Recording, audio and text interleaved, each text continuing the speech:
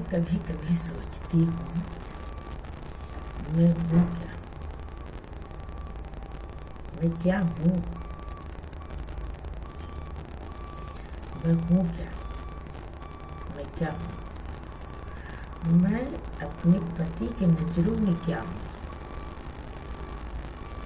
कभी सोच के मेरा दिल घबराता है, कभी मेरी आंखों से आंसू निकलते, कभी मेरी धड़कनें तेज से चलने लगती है, कभी मैं अपने को भी नहीं पहचान पाती। मैं कौन हूँ? मेरा नाम क्या है? मैं कहाँ से आई हूँ? मैं क्या हूँ?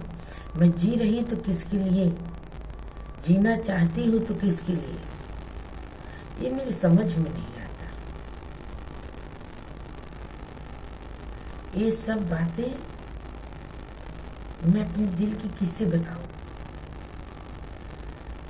अगर कोई अच्छा पति होता तो मैं उससे शेयर करती अपने दिल की बात। बच्चों से थोड़ी न कहूँगी, या बच्चों से थोड़ी न कहा जाता है ये सब बातें, अपने दिल की बातें। या तो कोई अपनी सखी सहेलर हो, अपनी कोई सखी सहेलर हो, या तो पति हो। अगर अच्छा पति नसीब में नहीं है तो जिंदगी में घुट घुट के ही जीना है। इससे अच्छा जो उम्र है उसको भगवान कम कर दो। जो मुझे अभी 10 साल जीना है, मुझे 1 ही साल जीना, 5 ही महीने में जीना चाहती हूँ। 1 ही महीने या 1 ही पल, क्योंकि मुझे खुद नहीं समझ में आता मैं धरती पे किसके लिए हूँ, क्या हूँ, क्यों भगवान मुझे यहाँ पे छोड़े। जब मेरी जरूरत ही नहीं है मेरे पति को, वो कहते हैं तुम्हारी जरूरत मुझे नहीं है। मैं यही सोचती हूँ मैं क्यों हूँ, क्या हूँ, किसके लिए हूँ, क्यों रहती हूँ, इस घर में क्यों रहती हूँ, इनके साथ क्यों रहती हूँ, ये सोचती रहती हूँ। ये सोच सोच के मेरा दिल घबराता रहता है। मैं इनको नहीं समझ पाई आज तक, तो इनके माँ बाप इनको क्या समझे होंगे। मेरी पूरी उम्र चली गई।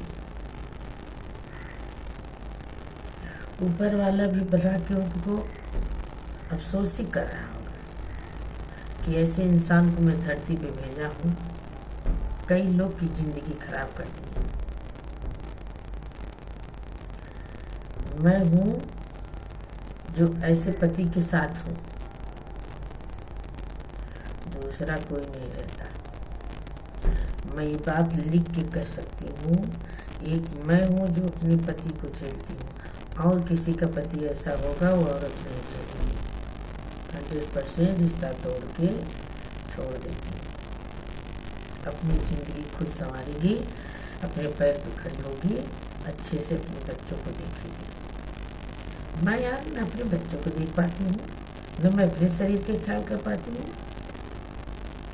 न मैं खुद खुश हूँ, न मेरे बच्चे खुश हैं। सिर्फ एक वजह से 4 जिंदगियाँ खराब हो गई हैं।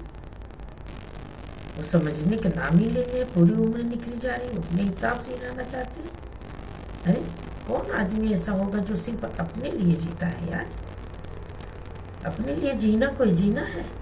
अरे जियो तो दूसरे के लिए जियो, कुछ करो तो दूसरे के लिए क्यों? दूसरे के लिए जीने, दूसरे के लिए करने में कितनी खुशी मिलती है, तो मुझसे बेहतर कोई नहीं जानता है।